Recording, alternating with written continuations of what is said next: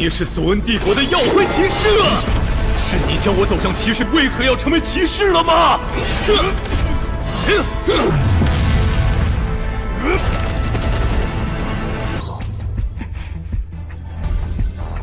残酷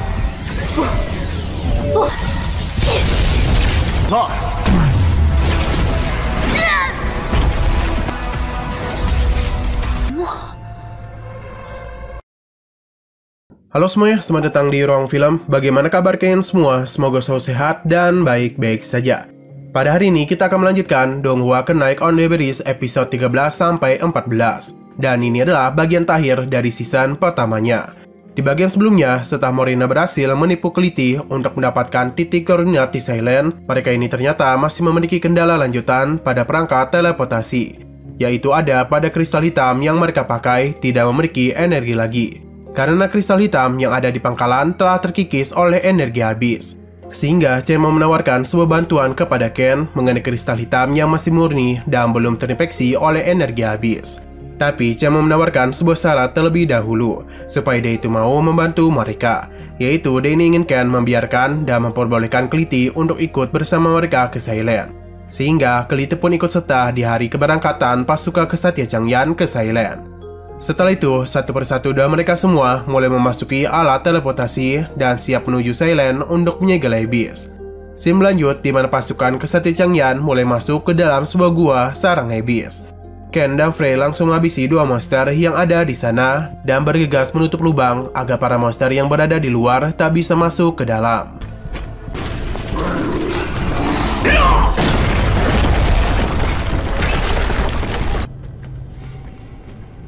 Kemudian mereka semua bergegas masuk lebih dalam menghampiri Hukalina. Ketika Ken mencoba berbicara dengan Hukalina, kedatangan mereka tidak disambut baik olehnya.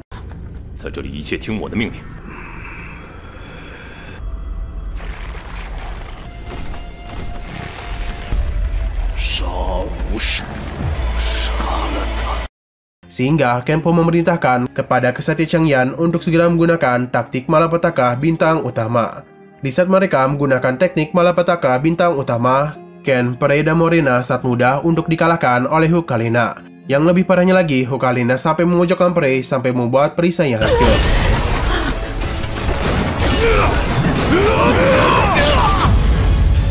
Setelah itu, Ken dan Morina kembali melakukan perlawanan hingga berhasil mengikatnya. Di saat juga, Keliti mencoba untuk menyadarkan tubuh kakaknya, serta Jiu dan Grey berusaha untuk kembali menyegel Abyss. Sayangnya, usaha mereka semua tak berjalan dengan lancar.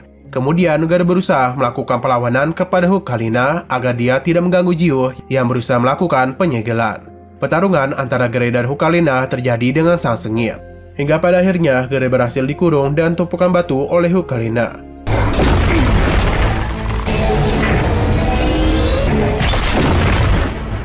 Ketika Jiu berupaya untuk menyegel, beberapa tentakel Abyss mencoba menggagalkannya. Untung saja Ken dan Keliti datang di saat yang tepat untuk menghalangi serangan dari Abyss.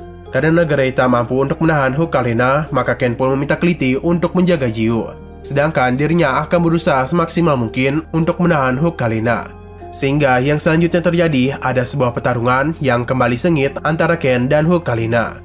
Meskipun pada awalnya Ken sempat terpojok, dia itu masih dapat melakukan perlawanan.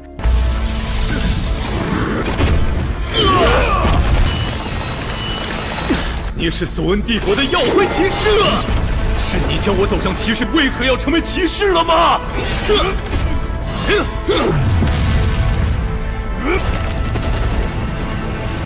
Sebelum pada akhirnya ia pun merasa sedikit kewalahan gara-gara serangan terus-menerus yang dilakukan oleh Hukalina.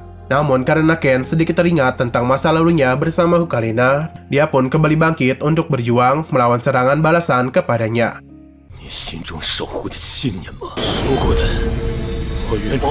我愿拿起古老的，不为肩上我无所畏惧，刀轮，而我的。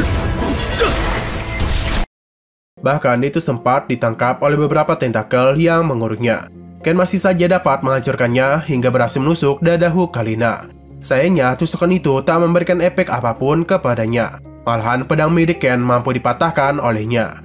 Lalu Hukalena mengambil ujung pedang Ken dan menancapkannya tepat di bagian perutnya, sehingga Ken pun terjatuh dan tak bisa bangkit lagi.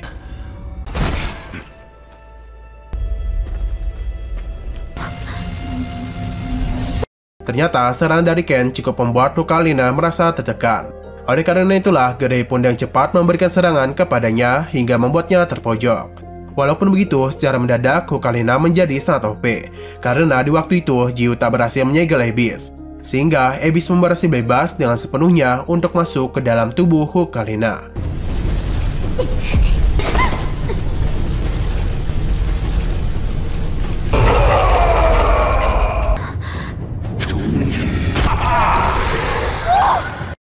Lantas, Abyss pun tak segan-segan melakukan serangan secara random kepada Clitty. Bahkan, Gary yang mencoba melawannya saja terpental sangat jauh karena serangan dari Abyss. Kemudian, Jiu dengan cepat menggunakan Apocalypse untuk menyegel Abyss, sambil membacakan sebuah mantra.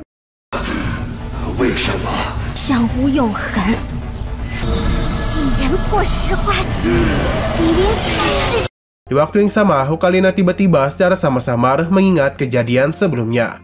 Serta teringat di saat Jiu memberikannya sebuah segel pegawai, berupa artefak suci speaker, yang sebelumnya Hukalena gunakan kepada Abyss yang tersegel.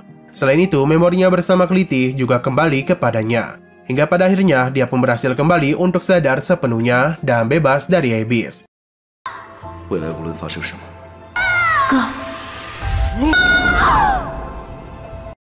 Ketika dia kembali sadar, dia pun langsung memeluk Clitty. Sayangnya, ternyata pelukan itu adalah pelukan terakhir yang diberikan oleh Hukalena, sebelum pada akhirnya dia itu lenyap begitu saja.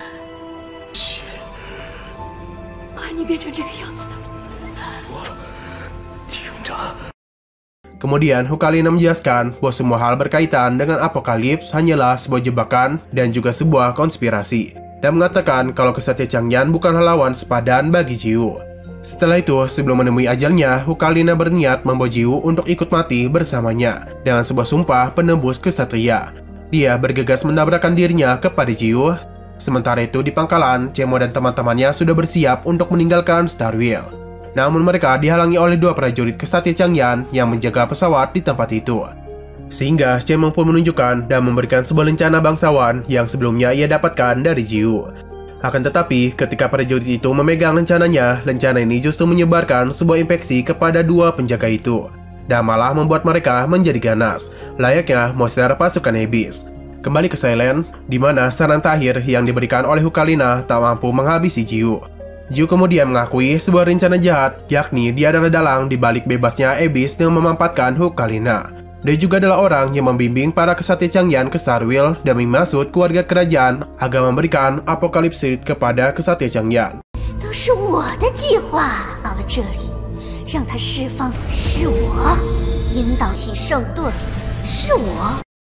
Serta dia juga pelaku dari informasi terinskripsi mengenai Hukalena, yang mana tujuannya adalah menghasut peperangan saudara antara Kesatria Changyan dan Hukalena.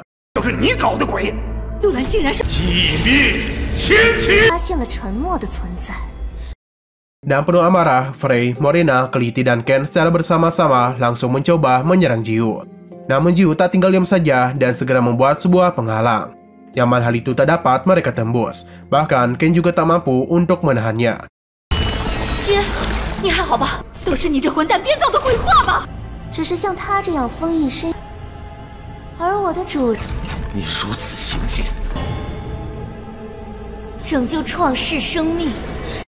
Kemudian Jiu mengucapkan sebuah mantra-mantra yang membuat penghalangnya semakin mengecil.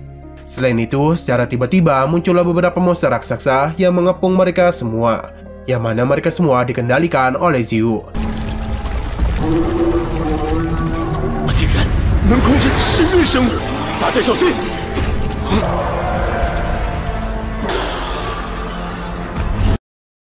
Di sisi lain, terlihat Chemo dan teman-temannya sedang bersiap untuk membantu Kesatria Changyan. Dan alasan, Chemo merasa khawatir tak dapat menghubungi Clitty, sehingga dia pun beranggapan kalau mereka sedang dalam masalah. Kemudian, Chemo dan skateboard terbangnya segera masuk ke dalam alat teleportasi. Setelah masuk ke sana, Chemo langsung berusaha memancing para monster raksasa agar tepat berada di tengah-tengah alat teleportasi. Sesudah melakukan itu, Cemo memberikan komando kepada teman-temannya agar memberikan sebuah ledakan tank dari pangkalan.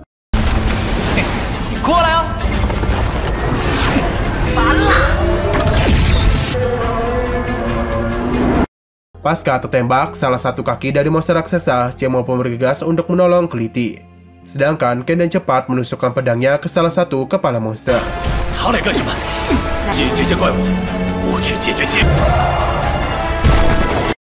Sementara itu, Cemo datang di saat yang tepat dan berhasil menolong Keliti dengan sebuah bom yang dilemparnya.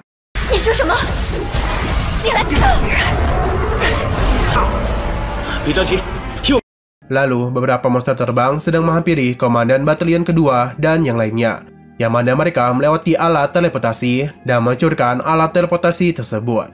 Di waktu yang sama, salah satu monster raksasa berusaha untuk menyerang Keliti, hingga membuatnya terjatuh ke dalam jurang. Melihat hal itu, Cemo pun bergegas membantunya. Sayang sekali, skateboard terbangnya juga terkena serangan dari monster raksasa, sehingga membuat mereka berdua pun sama-sama terjatuh.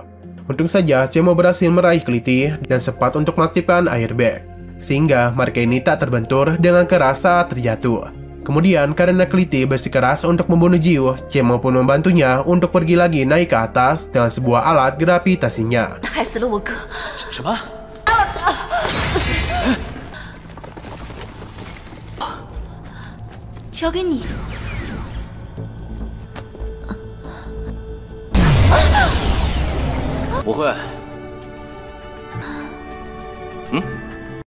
Mereka berdua akhirnya bersama-sama secara bertahap naik ke atas dengan sebuah alat gravitasi.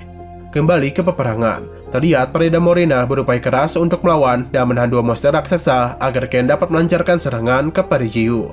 Ketika serangan Ken berhasil mengenai Jiu, maka terjadilah sebuah ledakan yang cukup besar di tempat itu. Dan secara tiba-tiba, Ken, Freya, dan Morena masuk ke dalam sebuah ilusi dari Jiu. Setelah itu, terlihat Jiu yang berubah bentuk menjadi layaknya seorang dewi. Dia kemudian berjalan santai melewati mereka bertiga. Satu persatu dari mereka yang ingin menyerang Jiu malah terhipnotis. Tampak di dalam pikiran mereka bertiga ini malah hidup dengan damai dan sesuai dengan apa yang mereka harapkan. Di waktu yang bersamaan, Jiu mengatakan Besmir, sang kreator dunia baru, membuat keinginan mereka semua untuk menjadi kenyataan. Lalu Jiu berjalan menuju sebuah patung raksasa dan memberikan penghormatan kepadanya.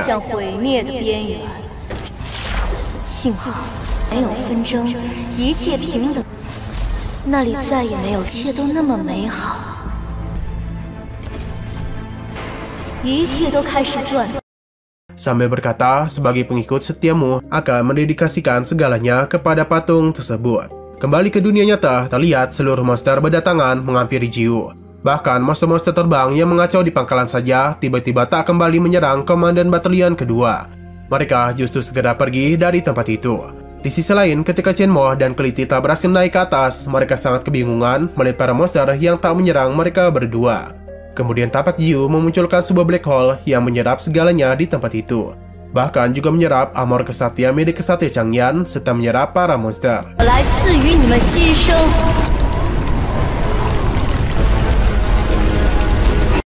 Di waktu yang sama, Keliti sempat terjatuh dan nyaris saja terhisap ke dalam black hole. Untung saja, Cemo dan cepat menahannya dengan sebuah tali. Karena hisapan black hole meningkat menjadi sangat kuat, Chenmo pun menambah tali untuk membantunya menahan agar tak terhisap.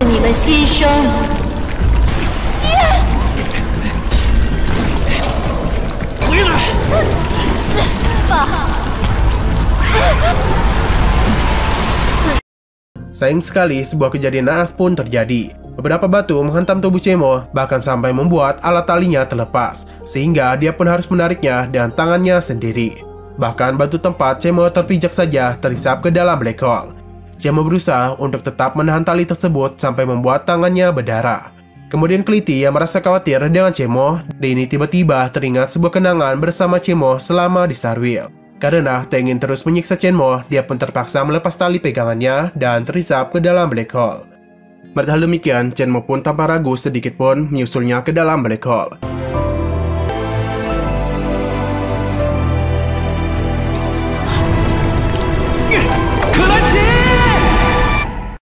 Setelah itu, terlihat Keliti yang tak sadarkan diri di dalam sebuah black hole yang juga pada saat itu Chenmo berusaha untuk meraihnya. Hingga Chenmo pun termasuk ke dalam sebuah ilusi dan tiba di sebuah tempat misterius.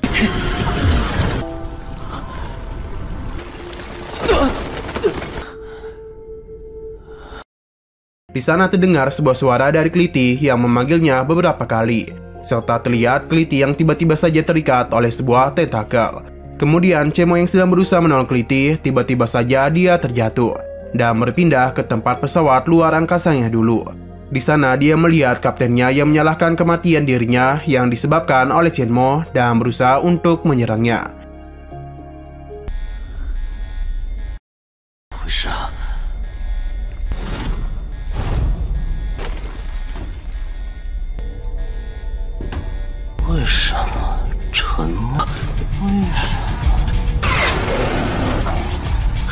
Ketika kaptennya nyaris melukai Chenmo, komandan batalion kedua pun datang untuk menyelamatkannya, dan Chenmo pun berpindah ke markas federal baru.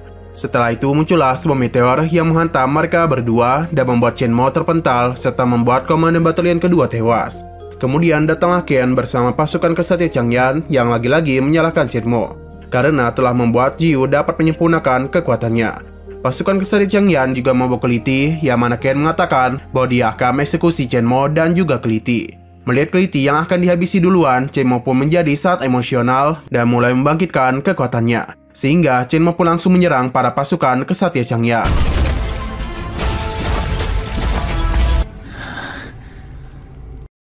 Tak berhenti sampai di situ, ilusi menjadi sangat liar, di mana Chenmo yang memegang kepala Asura juga melihat dirinya sendiri yang sedang berteriak kepadanya.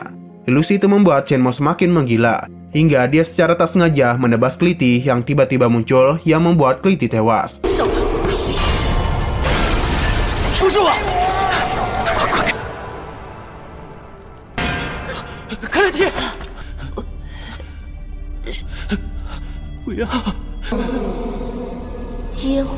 Sudah itu, posisi Chenmo pun berganti ke sebuah tempat bernama Istana Suci. Serta Keliti yang tewas mendadak kembali hidup dan berubah bentuk menjadi layaknya seorang dewi seperti Jiu sebelumnya.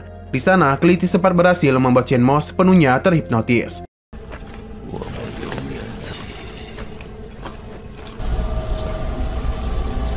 Di waktu yang sama, tubuh Chenmo pun tiba-tiba dirasuki oleh roh dari Beast. Tanpa banyak berbasa-basi, Beast langsung menghancurkan ilusi dari Jiu. Perlu diketahui bahwa ilusi itu sebuah kekuatan yang disebut kehidupan yang sempurna, yang mana itu juga sangat mengerikan dan dibuat oleh seorang speaker of creation sama seperti Beast. Melihat Beast kembali, Jiu pun segera mengeluarkan kekuatannya yang membuat Beast terpental.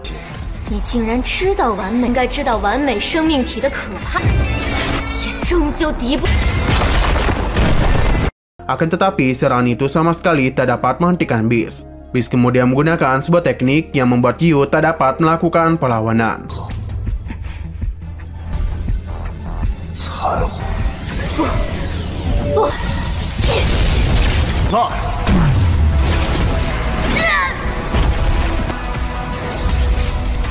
Setelah itu, Beast keluar dari tubuh Chenmo. Ia berniat memberikan pengetahuan dan ingatannya kepada Chenmo. Selain itu, Jiu juga berubah bentuk seperti seorang iblis yang dipenuhi oleh tentakel di tubuhnya. Kemudian, Jiu tiba-tiba mengeluarkan Chenmo berserta pasukan Changyan dari black hole-nya.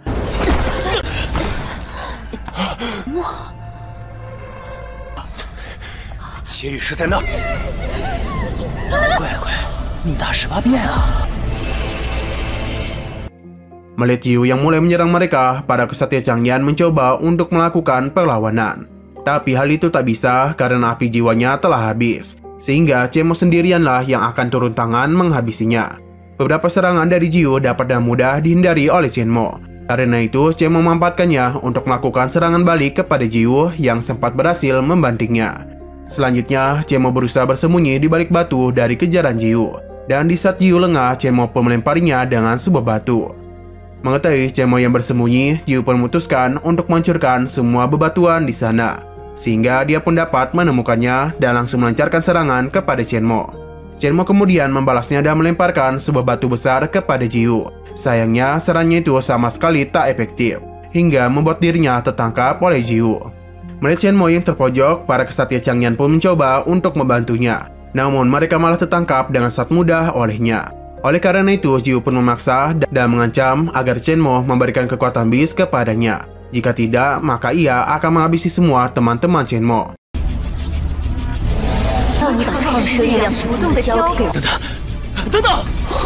Alih-alih memberikannya kepada Jiwoo, Shenmue justru memberikan kekuatannya kepada para kesatria Changyan.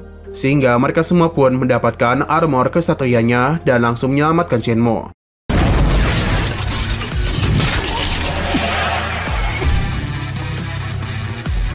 Setelah itu, Keliti memberikan armor kesatria milik Hukalena kepada Shenmue.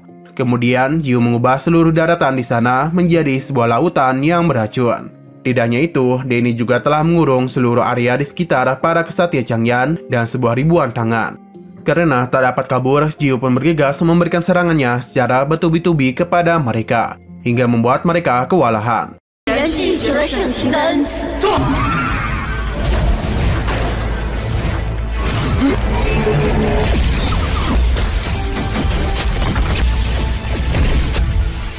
Walaupun sempat melakukan serangan balasan kepada Jiwoo, mereka semua juga ujung-ujungnya tertangkap oleh kekuatan dari Jiwoo. Namun itu bukanlah akhir dari pertarungan. Para kesatria Changyan kemudian menghancurkan perangkapnya. Lalu secara bersama-sama mereka semua melakukan serangan combo yang kali ini berhasil memojokkan Jiwoo.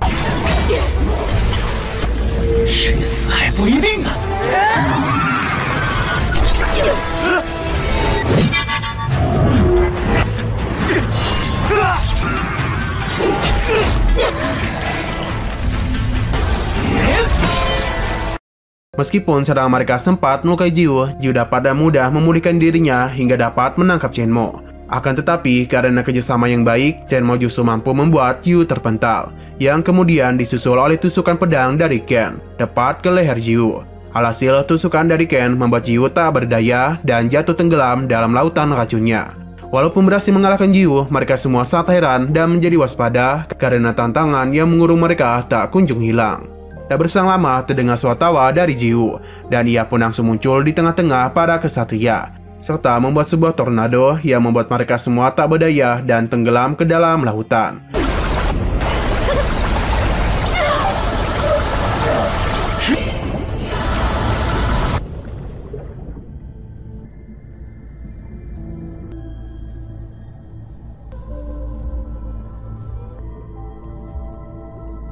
Singkat waktu, secara tiba-tiba, kekuatan Beast kembali membuat Shenmue menjadi sangat overpower dan mengeluarkan semua serangan yang membuat Jiwoo terluka serta menghancurkan tangan-tangan yang mengurung mereka semua.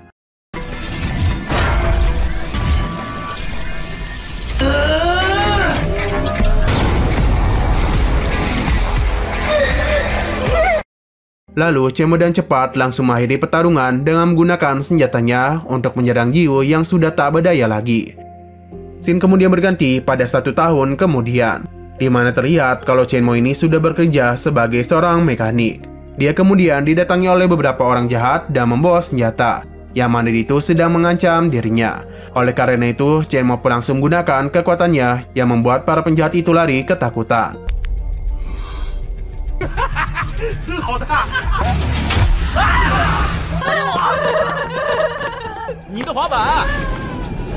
Di waktu yang sama, Keliti pun tiba dan menaiki sebuah motor. Dia pun melemparkan sebuah koper yang memiliki sebuah perhitungan waktu mundur akan datangnya sesuatu. Koper waktu itu dimiliki oleh beberapa temannya seperti Asura, Komandan Batalion Kedua, dan Ken.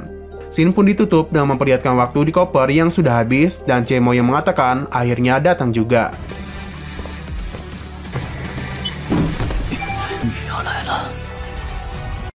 Nah, sayang sekali kita tidak tahu apa yang dimaksud oleh Shenmue, karena season 1 Knights of the Berries sudah selesai. Bagi yang mau bergabung maupun yang sudah lama bersama Ruang Film, Mimin ucapkan terima kasih banyak kepada kalian semua yang sudah mengikuti pembawaan kita untuk Donghua Knights of the Berries season pertama. Oke, mungkin itu saja yang bisa kita ceritakan tentang alur dari Donghua Knights of the Berries season pertama. Terima kasih banyak kepada kalian yang telah mengikuti dari awal pembahasan series ini dan sampai selesai. Jika kalian ada pendapat yang lain atau kurangnya pembahasan dari kita, dipersilakan sampaikan pendapat kalian di kolom komentar. Terima kasih yang sudah menonton video ini sampai habis. Jika kalian suka pada video ini, klik like dan share ke teman-teman kalian tentang channel ini. Dan ditunggu aja video-video terbaru dari Ruang Film. Oke, sampai jumpa di pertemuan selanjutnya.